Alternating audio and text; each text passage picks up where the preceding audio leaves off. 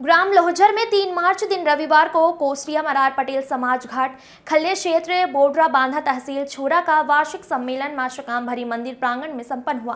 कार्यक्रम के मुख्य अतिथि सांसद चुन्नीलाल साहू थे। अध्यक्षता नारायण पटेल ने की। अति विशिष्ट अतिथि के रूप में तेजराम पटेल रहे। इस अवसर पर कार्यक्रम में मुख्य अतिथि चुन्नीलाल साहू ने मरार पटेल समाज को बहुत मेहनती और अपने सुख दुख का साथी और हमेशा साथ देने वाला समाज बताया।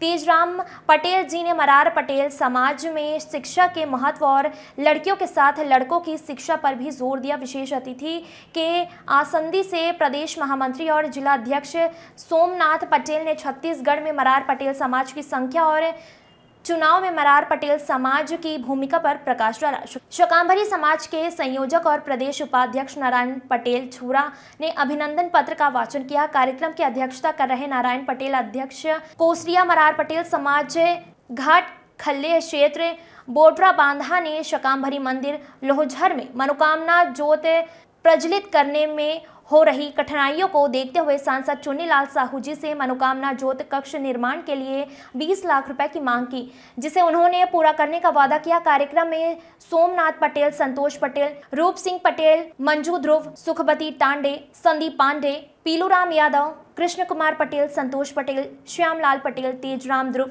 उत्तम पटेल, प्रेम पटेल, ईश्वर पटेल आदि उपस्थित थे। कमलेश पटेल की रिपोर्ट।